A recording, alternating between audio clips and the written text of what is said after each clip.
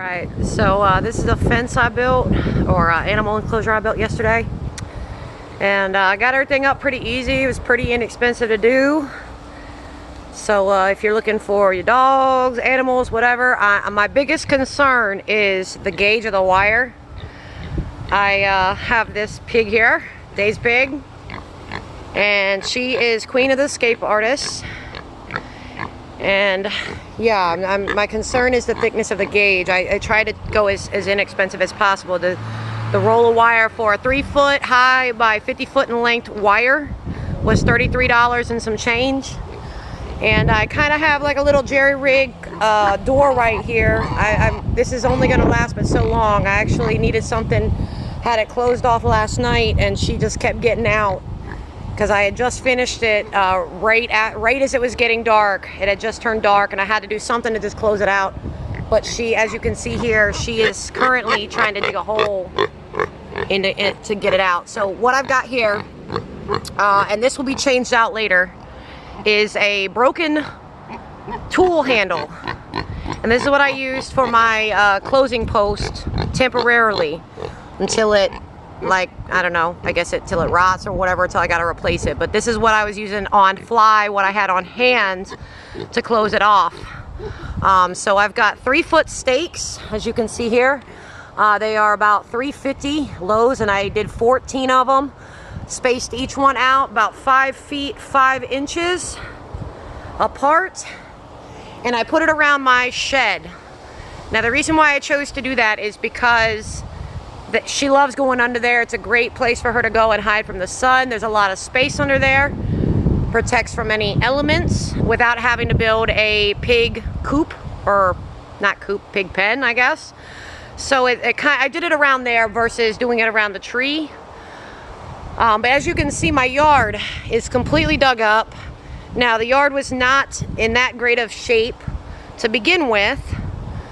But what stemmed me, she did just kind of free range. She roamed freely in the backyard, and I wanted to do something nice in my flower beds because she completely dug those up. It was just mulch. So I had actually put this white picket fence around with the same poles that I used for her pen, just smaller. And I put up this picket fence, which actually has to be completely taken down and redone because she, as you can see here, she kept breaking these. She kept breaking these off down here and then getting in and then digging in the flower beds, as you can see now. It's all dug up all the way around. So I was originally going to put in some fencing to reinforce to keep her from getting in here. And then I was like, well, my yard, like all of this over here, as you can see, I'm kind of working over here, fixing this up. But there was actually grass here, believe it or not. It wasn't thick grass, wasn't great grass, but there was actually grass here.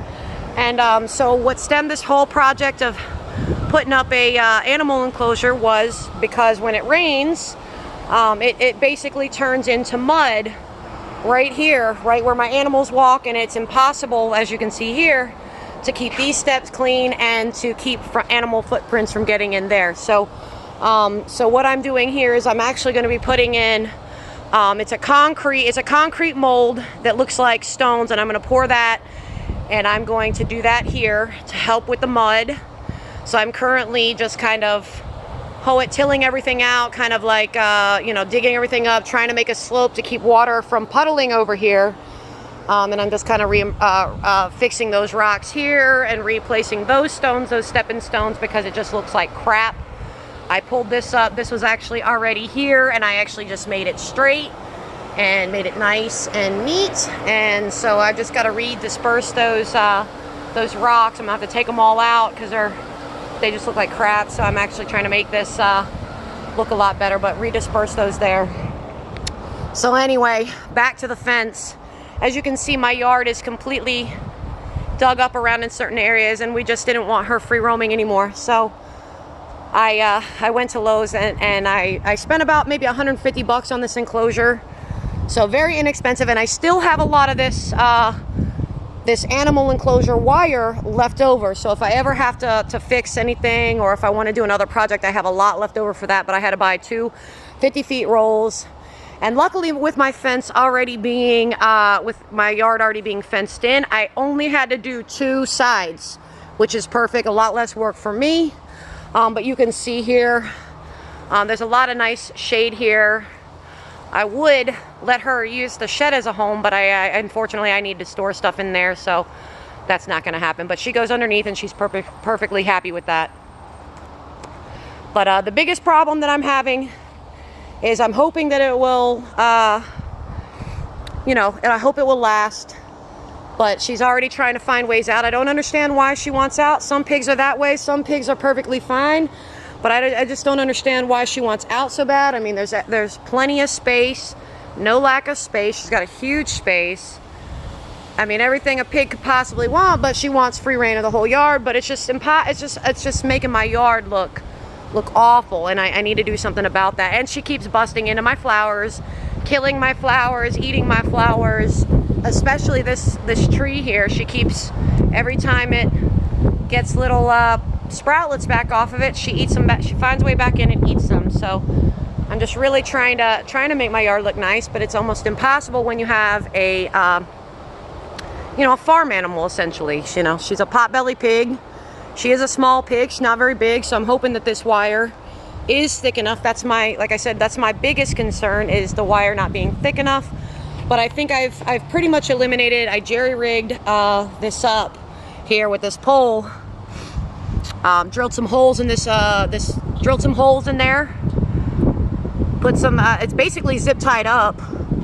So I spaced my poles, unrolled it. I did section at a time so that it was very tight. If there's any slack, she will find a way to get out.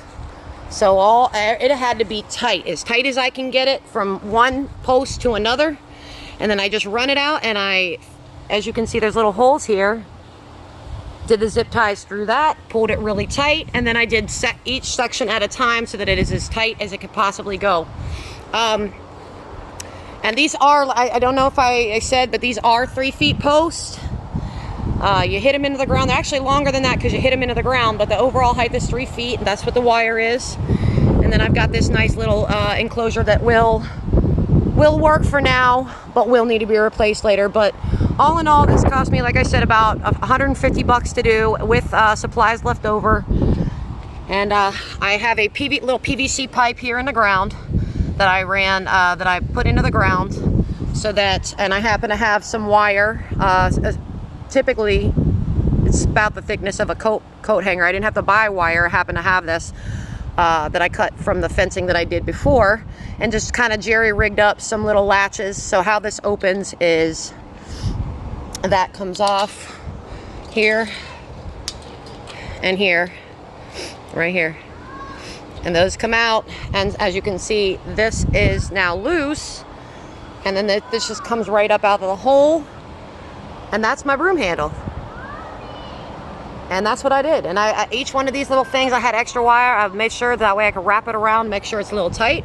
But see, now I can get my lawnmower, and my lawn guys can get their lawnmower through. I can let her out. I can do whatever I need to do. But she's already starting to find ways to dig in here. So I am hoping and praying that that this lasts, and that she doesn't find a way out. We'll see.